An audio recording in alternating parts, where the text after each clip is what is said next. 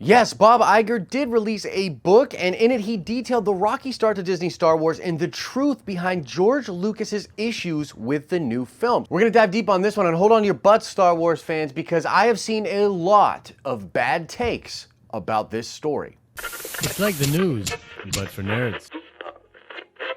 Today's shout out goes to Leroy Bartel. Indeed, Rogue is the one that stole Captain Marvel's powers in the comics. Make sure you stay to the end of this video where we will ask another nerd card question. Woo! What's up, everybody? Happy Tuesday to you. I'm, of course, Josh. Welcome back to the show. And man, the spice continues. So this issue's got layers, guys. We've got a lot to talk about in today's show. I'm going to go through it all. And then at the end of the video, I'm going to frankly and in the most real way possible give you my take on this whole situation. Okay, so yes, indeed, yesterday Bob Iger released a book called Lessons Learned from 15 Years as the CEO of the Walt Disney Company. Now, I want to say right off the bat, this is an entrepreneurial book. This is a book that would rest on my shelf, along with like Simon Sinek's The Infinite Game and Gary Vee's Crush It and books like that. It is meant to give insight into what it is like to be the CEO of a huge company like this and what goes into making the different acquisitions that Disney made. Because if you didn't know this, Bob Iger's big time legacy for Disney was these types of acquisitions. This was something that the company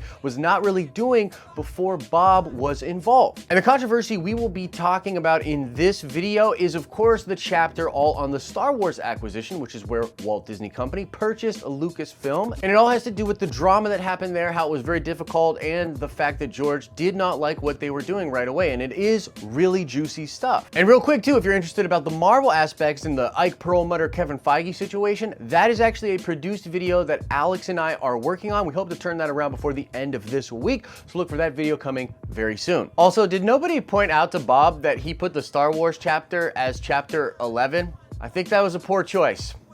It's just me. Poor choice.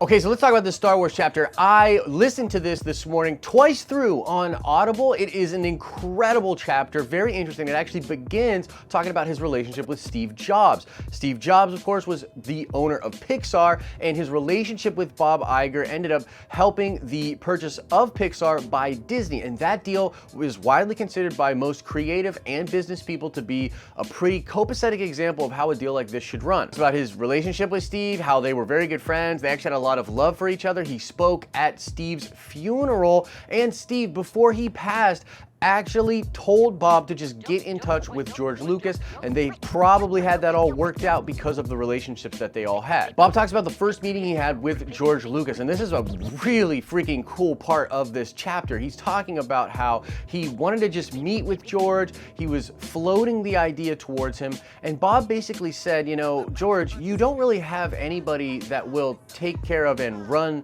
this company. You have heirs, you have family members, but none of them actively run the company.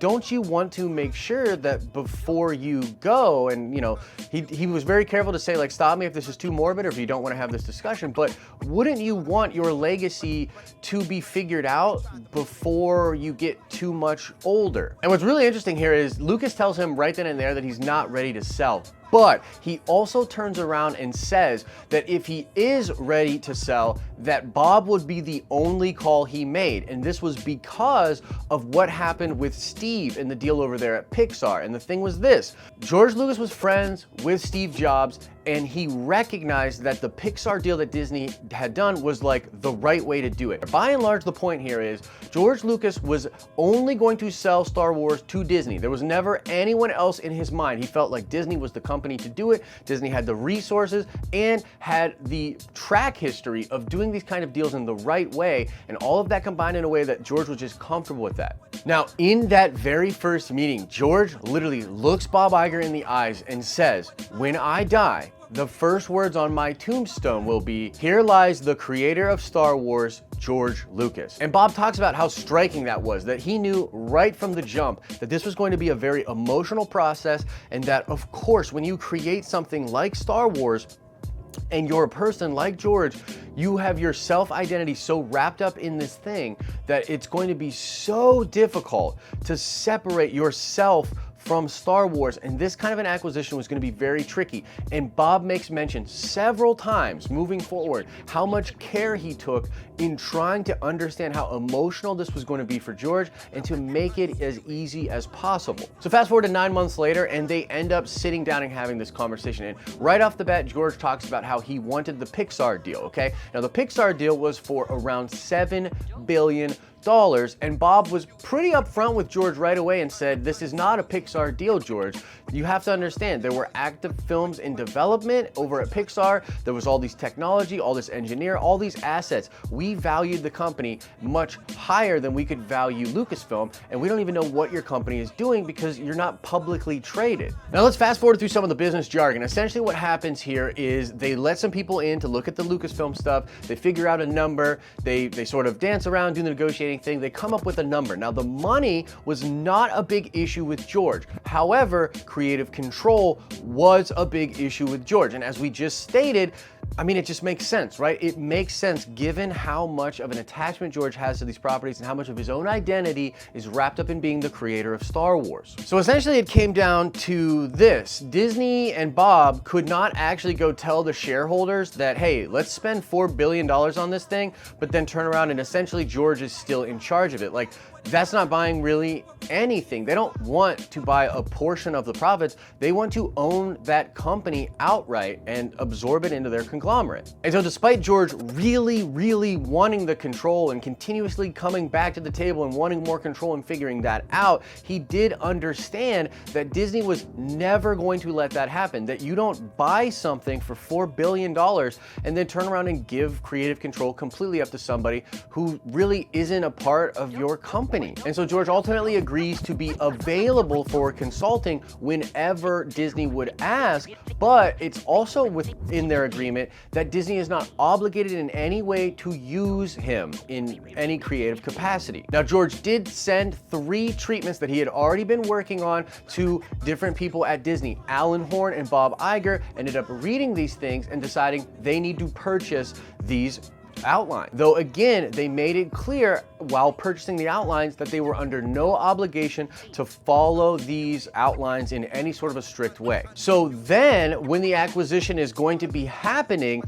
and all of the pieces of the deal are in place, George then moves Kathy Kennedy to the president of the company before the acquisition takes place. It was like a move that Bob Iger frankly said was kind of strange. It was a move that caught him off guard, and it's a move that caught Kathy off guard once she realized that she was going to be in charge of this thing that was now being sold to Disney. And I just say that to say that everything at this situation was in flux, and there were a lot of strange things going on. This will come into play later. Now then, as Kathy is now in charge of this company and under Disney, she starts making moves to start to put together the future of Star Wars, what it will actually look like. And it's very fair to say that Disney put a lot of pressure on Kathy and the entire team because, like I said, when it came to Pixar, that deal they made was reasonable because there were already so many movies already in the pipeline and those films were not going to be changed in any ways. Star Wars hadn't made a movie in a long time, and the last series of movies, which of course were the prequels,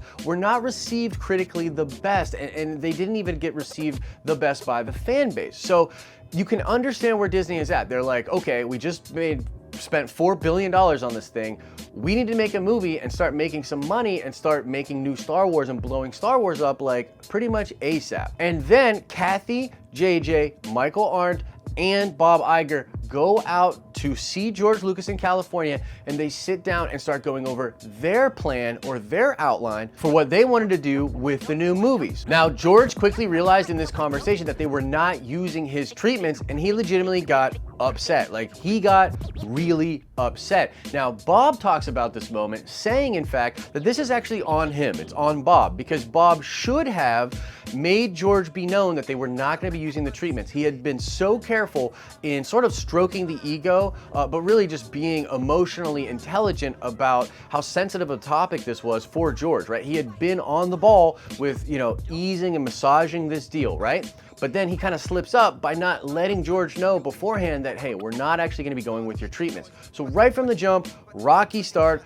George gets pissed. They end up showing George The Force Awakens in a screening, and he did not hide his disappointment. He did not like that movie, guys. He thought it was non-original, it was just a remake, and a lot of the criticisms that a lot of people that didn't like The Force Awakens, it seems to be that's exactly the criticisms that George had as well, right? So, you know, no reading between the lines here, like George did not like The Force Awakens because he thought there was nothing new in it. He had been very, very clear that in all of the movies after Star Wars, there had been something new, not only within the story, but within the technology made to make the movie. And this was not it. George was so upset, in fact, he didn't even want to go to the premiere. They convinced him to go to the premiere because it's just a better look for everybody. And Bob's talking about the optics on that, how he does that deal and how he works that out and trying to make everybody happy. It's really interesting stuff. But yeah, George, pretty not okay with what was going on with The Force Awakens. Now, there is mention of Bob trying to get George to sign this agreement in which he wouldn't sort of badmouth the films, right? And George kind of hits him with this thing where he said, why would I do that? I'm one of the biggest shareholders of your company now. Why would I badmouth or try to disparage anything that you do? Now, it's unclear to me upon reading this chapter literally twice whether or not they actually signed something or he took him at his word, because it kind of implies in Bob's writing that he just took him at his word, but I'm wondering if they signed it and he also took him on his word. I'm kind of unclear on that. But either way, this then ties into the fact that later on, George makes the selling your children off to white slavers comments. And frankly here, guys, like Bob's talking about how those comments hurt, they were really disparaging, but he let it go. And the whole reason he let it go and didn't make a big scene of it or try to, you know, be adversarial towards that is because he understood where George was coming from. This is incredibly hard. It is super hard to give up your baby, particularly if your baby is Star Wars. Now, later on, George called Bob and literally tells him, I was out of line. And he was out of line. Like, dude, I'm sorry. Making those comments in that way, super out of line. I love George Lucas. That's really out of line. And he apologized to it and admitted that it was out of line. And now they're kind of all good. Now let's get into some of the things people are taking away from this chapter in the book. There's all sorts of articles and all sorts of videos being made about this. And as I said at the top, a lot of these are terrible takes. And that's my opinion, but it's my opinion. Like, they're very bad takes. Let me explain what I mean. So the first thing that a lot of people are saying here is that Disney tricked George Lucas. And I really question if people read this chapter when they bring up this point, because the timing doesn't even make sense. Somehow people are claiming that they bought these scripts and they bought the scripts to try to get George to sign the deal, thinking that they were going to make his movies, and then they turn around and flip the script on him. That's not true. They had already decided on purchasing it, okay? That was already decided. The conflict was under creative control. So that's a completely different issue. Now, is it fair to say, and Bob even admits this, that George probably believed there was tacit approval, which is like the kind of a non-verbal approval, you know, when your buddy says, oh, I'm thinking about doing this, and even though you disagree with them, you're like, oh, okay, that's cool. Yeah, that's tacit approval. And so in some sense, George probably did think that they were going to use his outlines, but they certainly did not get together with Kathy and everybody and say, okay, we got him, we tricked him with these outlines, now we're gonna flip the script. Like, the timing of that doesn't even make sense if you actually read the chapter. Another thing I see people sort of extrapolating out from this chapter is the fact that Disney indeed had no plan for the sequel trilogy, that they're flying by the seat of their pants. Now, this is really annoying because what do you think upset George in that first meeting? JJ, Michael Arndt, Kathy, and Bob are telling George their outline, their plan, and the reason he got upset is because their plan didn't match up with his plan. Guys, to say they didn't have a plan at all is stupid. However, to be fair and to be more nuanced about what was going on here, particularly when it comes to Michael Arndt, there is something there. There is something there about how Disney felt they really needed to push out this movie pretty quickly. And this isn't hidden information. This had been out there. Michael Arndt was taken off the script, and then Kasdan and JJ were brought on, and they were working on the script, even reworking the script as they were shooting. Now, this was partially done because this is kind of JJ's style. He's a revisionist of his work. He really makes the films in the editing bay. that's his way of making movies, but also because Star Wars and Disney Star Wars, although they had a plan for the overall arc that they wanted to take these characters on, the film scripts themselves were not completed. And it is fair to say that Michael Arndt was actually pretty vocal about wanting to spend years working on these scripts and treat the entire saga as a one-shot thing, writing, scripting out the entire trilogy. And for me personally, yeah, I think that would have been a much better plan, but I can understand how a big mega corporation that spent $4 billion on basically IP, right? It's intellectual property. They want to get a return pretty ASAP. And so, you know, maybe it's true. Maybe Michael Arndt did have a point and they should have actually spent 3 to 4 years crafting the legitimate scripts for this entire thing and then working from there. But to say that they had zero plan is not true. Did they perhaps too hastily get into it and kind of, you know, workshop things as they went along? I think that's fair. But to say they had zero plan, that's not fair. And what's really interesting is if you look at some of Bob's comments more recently and the fact that George Lucas has come back to not only help out with The Mandalorian, but to help out with Episode 9, it would appear that Disney is learning some hard lessons about the way they went about this. So I think that the reason we're getting this Star Wars slowdown that Bob Iger is talking about is because they're actually legitimately going to take the time this time to be more concise with their planning and really work this stuff out. So this might explain why we got reports that the video game writer that worked on one of the KOTOR games was hired by Disney to do a draft of a Knights of the Old Republic film. This could also be what's going on with Dan and Dave and all of their writing and the work, and perhaps even what Rian Johnson's involvement is in the future of Star Wars. All of these comments right now are making me believe that perhaps the lesson Disney learned here was maybe they did jump into the pool just a little bit too quickly. And with comments from Bob and Kathy coming out and saying, hey, Star Wars isn't Marvel, we need these films to be ceremonial, we're slowing down, we're taking a step back, this all seems to be more in line with what Star Wars actually is. So maybe lesson learned there. Okay, now let's get into my personal take here, my personal feelings about this article and the way people are responding to it. And I'm really disappointed in people. I gotta be honest here, guys. I'm not gonna pull any punches. I'm really disappointed in people. A lot of the people that I have seen making videos about this or writing articles about this, I really don't believe that they read this article. In fact, some of the videos I saw are literally people looking at articles or Reddit in the little excerpts of the chapter without actually reading the chapter. Now, I think the freaking ante here, the price of entry, is reading or listening to the chapter along with any other, you know, articles and things about it. I just feel like that's the reasonable thing to do, although, you know, whatever, that's just my opinion. But at the very least, if you can't understand that the articles out there being written online have an obvious angle and a bias to them that are going to taint the way the chapter reads and the information that's actually in there, like, I don't know what to do for you. It's very upsetting to me the way I saw people be so simplistically reductive with this information. The other thing that's really pissing me off is the leaps in logic here, guys. Like, the things people are seeing, and it's like they want to get mad, and so they're reading into this and being like, oh, there were these things, they bought them, but then didn't use them.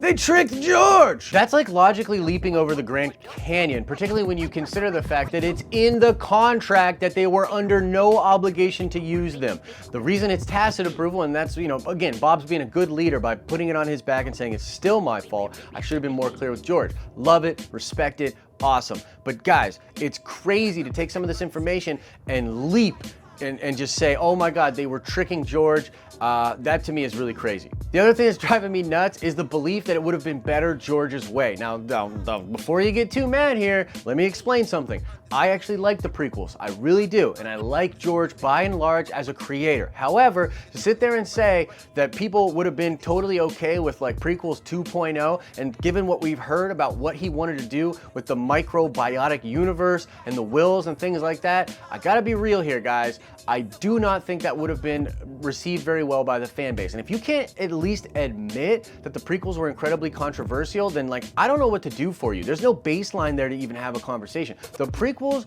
were maligned. People screwed up Jake Lloyd's mental state.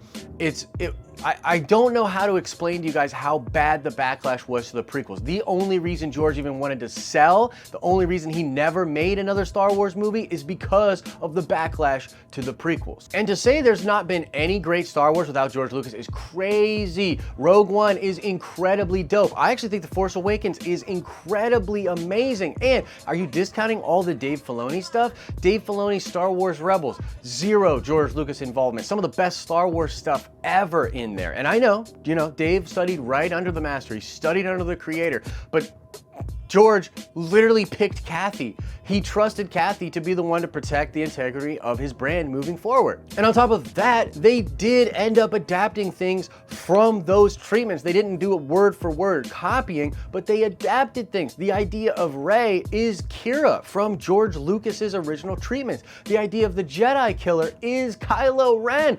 The idea of the the grandson of Vader, that's in there with Kylo Ren. It's like all these people want to pretend now that we would have been so much better with George Lucas at the helm of everything. It's like, where were you people at during the prequel time when this dude is literally getting badgered so bad he doesn't even want to make his own movies anymore? It just blows my mind. Now, to be fair to a lot of these people, and this is something I continuously have to say because it's so real, Star Wars fandom is rabid. People love Star Wars, and because of the mythological undertones in Star Wars, it just impacts people on a different way than, say, a Marvel, a DC, or any other brand that I can personally think of.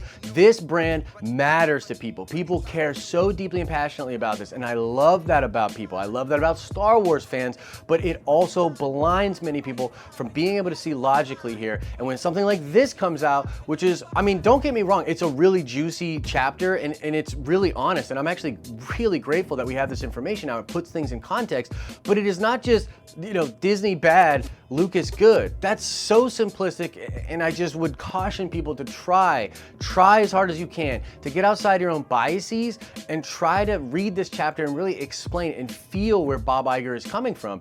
This dude cares. He cares about George. He cared about Steve. He cares. Now, before I get out of here, I do want to say that again, I think the Michael Arndt thing and the fact that they jumped in really quickly to make these films was probably a mistake.